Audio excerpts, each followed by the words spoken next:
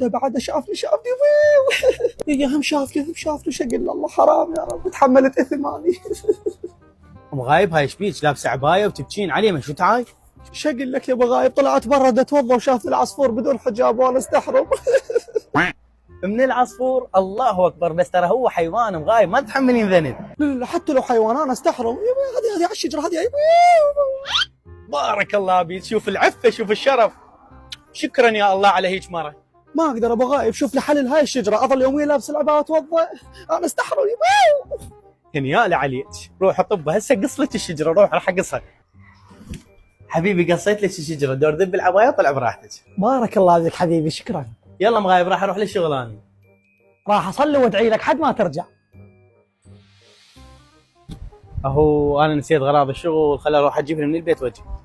حبيبتي مغايب والله مشتاق لك. هاي جابك انت من رحت للشغل؟ منو هذا؟ هذا حبيبي قصدي اخوي. شاو العصفور والشجره بنت القندره، هذا الفيل ما تستحين منه انت؟ منه هيك راح اتوب. العصفور قص الشجره بنت القندره، هذا الفيل ما استحيت منه.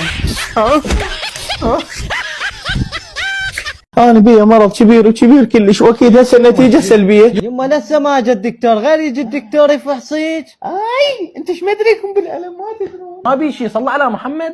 راسي اذيني وشعري يوقع وبيا رجفه، يمكن يما بيا سرطان راح اموت. السلام عليكم.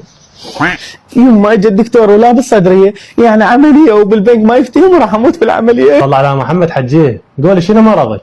اكيد دكتور بيا مرض خطير انت ما تريد تقول. حجيه خل نفحصك ونعرف ايش بيك. اكيد راح تفحصنا وماكو علاج وتسفرنا للهند وتنقلب بيا الطياره واموت، واذا ما انقلبت بيا الطياره يدعمني فيني واموت يا ابويا. السلام عليكم دكتور. يما تعدي لا تفضحينا قدام الحجي. تفضل حجي ايش بيك؟ والله دكتور قلبي ياذيني من ورا ولدي، واريد ان اتزوج وما يخلوني.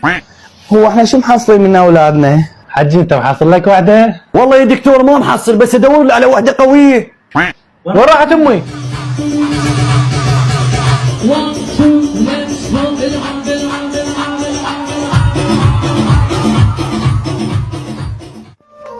انا قوية اسد الابوة قدامك بس انت